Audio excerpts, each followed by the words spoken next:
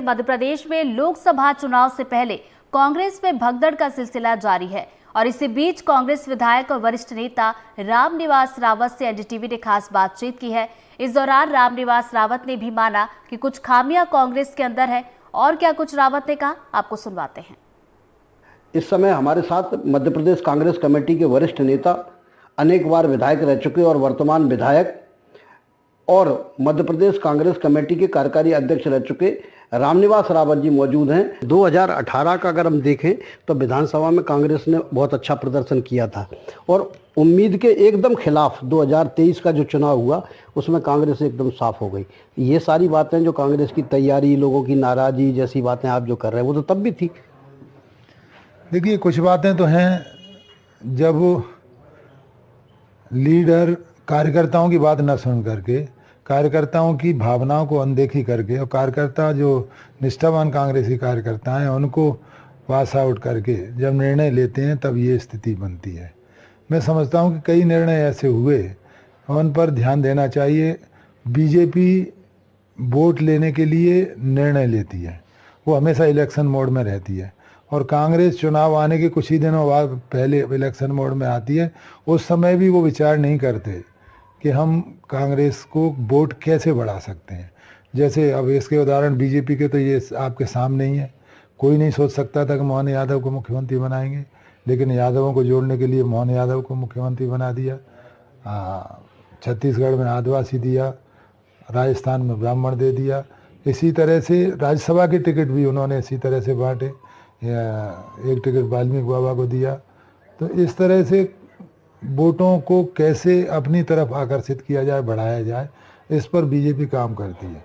राहुल गांधी जातिगत जनगणना की बात कर रहे हैं, पिछड़े हुए समाज को लोगों के साथ खड़े होने की बात कर रहे हैं, लेकिन जो नेता है, निर्णय जो होते हैं वो एकदम दूसरी तरफ चले जाते हैं। ये समस्या कांग्रेस की है।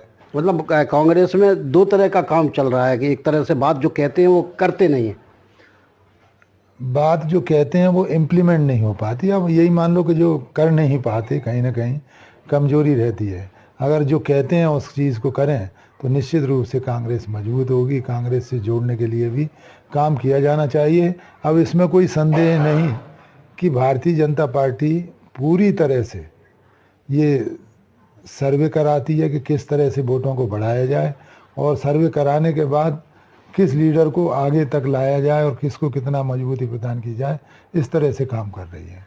मध्य प्रदेश में दिक्कत क्या आ रही है? क्यों नेता, जो वरिष्ठ नेता हैं, लगातार पार्टी छोड़ रहे हैं? खास तौर पर तब जब सत्ता परिवर्तन कांग्रेस के अंदर हुआ, पटवारी जी बने या उमंग सिंगार बने, इसके बाद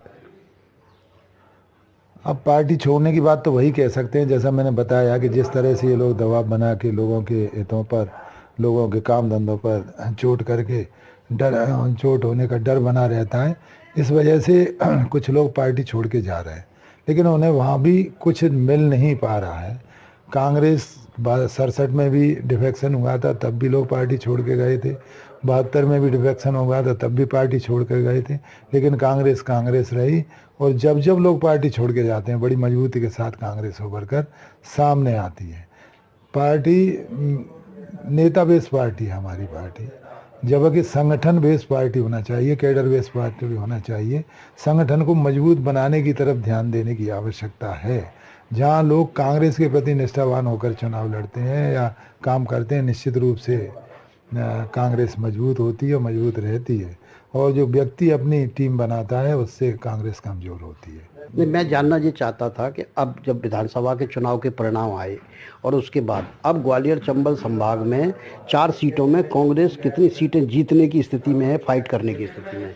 देखिए, अगर सब कांग्रेसी मिलकर काम करेंगे, सब कांग्रेसी, आज तय होना है 2 जगह तो टिकट डिक्लेयर ही हो गए, 2 जगह रह गए हैं।